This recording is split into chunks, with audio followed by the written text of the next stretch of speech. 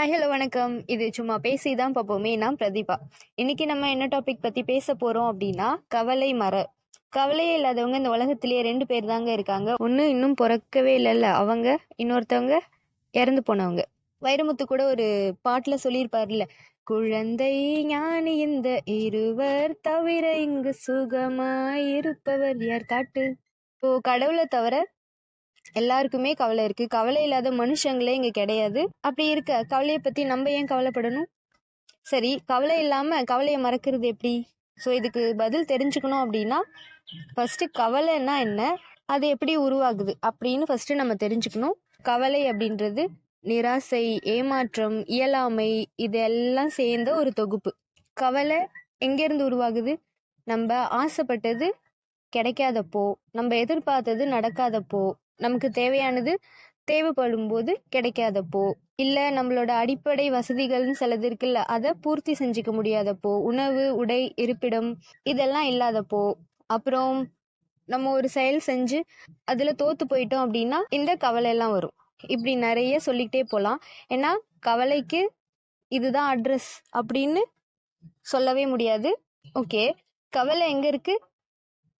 நம்மளோட மனசுதான், அங்கதான் இருக்கு எல்லாமே.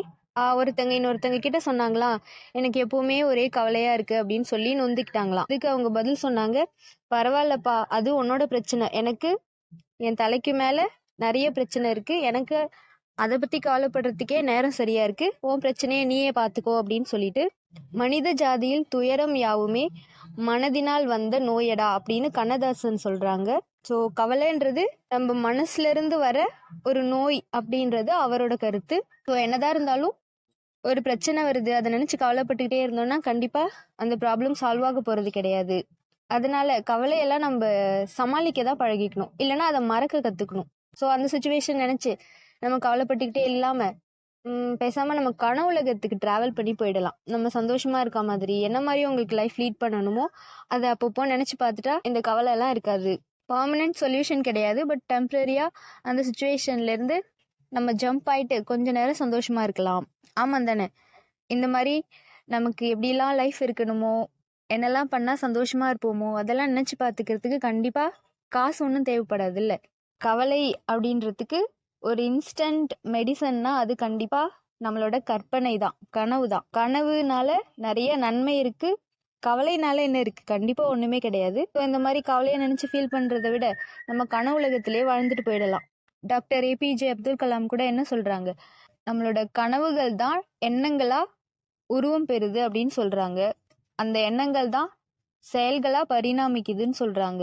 கனவுகள் தான் வெற்றியை கொடுக்குது, அந்த வெற்றி தான் நம்மள சாதனைக்கு அழைத்து செல்லுதுன்னு சொல்றாங்க.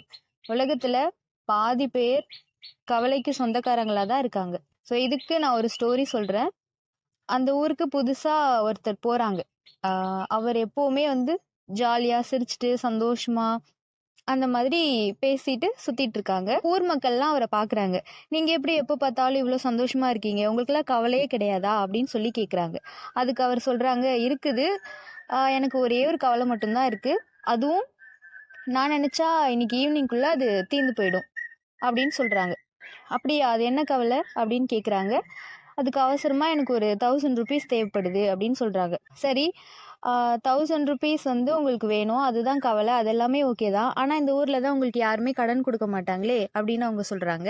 நான் நினைச்சா 1000 என்ன 10,000 கூட என்கிட்ட சேரும், அதுக்கு என்கிட்ட ஒரு மந்திரம் இருக்குன்னு சொல்றாரு. ஓ அப்படியா, அப்பனா எங்களுக்கும் அந்த மந்திரத்தை சொல்லித்தாங்களே அப்படின்னு அந்த மக்கள் எல்லாம் கேக்குறாங்க.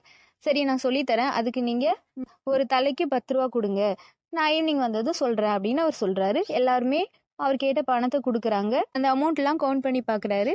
டோட்டலா 3000 rupees வந்துருச்சு. அது என்ன மந்திரம் அப்படின்னு தெரிஞ்சுக்கிறதுக்காக அவர் வீட்டுக்கு முன்னாடி மக்கள் எல்லாரும் கூடியிருக்காங்க.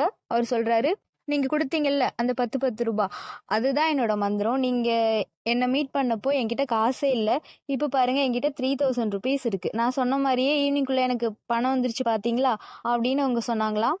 That man wrought, village people shocked அப்படிதான் சொல்லணும். ஒரு விஷயம் இல்லை அப்படின்னு சொல்லி அதை நினைச்சு கவலைப்பட்டுக்கிட்டே இருக்கிறது கண்டிப்பா அதுக்கான சொல்யூஷன் கிடையாது.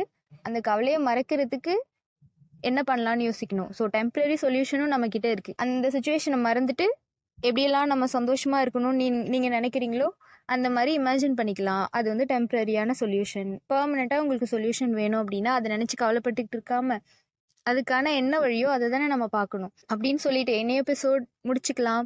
Thank you so much for listening. Thanks a lot.